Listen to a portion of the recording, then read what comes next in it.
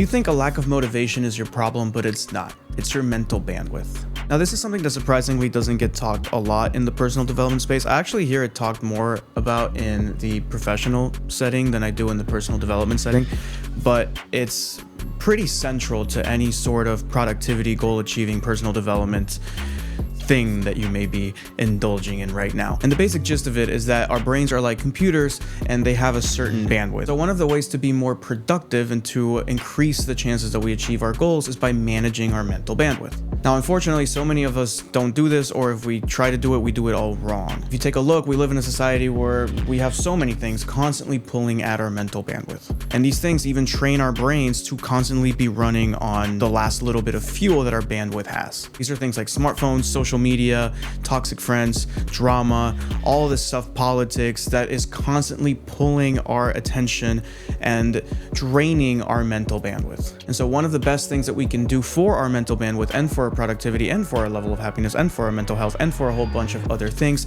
is to manage our mental bandwidth. And one of the best ways to do that is to remove things that are draining our mental bandwidth and are not giving us an ROI on our investments. So that can look like cutting certain people off. That can look like editing the relationship with those people. That can look like deleting the social media apps off your phone. That can look like limiting your use of social media. That can look like getting more organized at work. However you choose to go about it, it is extremely important to make note of how we're managing or not managing our mental bandwidth.